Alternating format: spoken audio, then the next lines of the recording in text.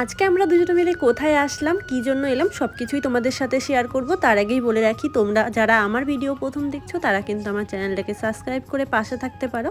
দেখো, আজকে আমি এসেছি আমার দিদি বাড়িতে। দিদি বাড়ি বলতে আমার জেঠুর মেয়ে, কিন্তু আমার নিজের দিদির থেকেও হয়তো বেশি।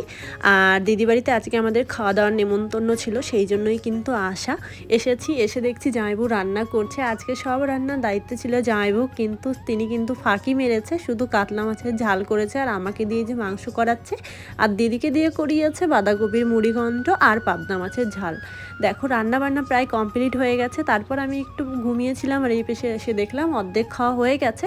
তারপর কিন্তু একটু ভিডিও করে নিলাম। ওদের খাওয়া দাওয়া শেষ হয়ে গেছে, এখন আমি বসে পড়েছি খেতে। রান্নাবান্না কিন্তু সবগুলোই মোটামুটি ভালো হয়েছে, আর মাটন কিন্তু আমি রান্না করেছিলাম। তো চলো, আজকের ভিডিওটা এই পর্যন্তই। দেখা হবে অন্য কোনো ভিডিওতে। ততক্ষণ সবাই ভালো থাকবে, সুস্থ থাকবে।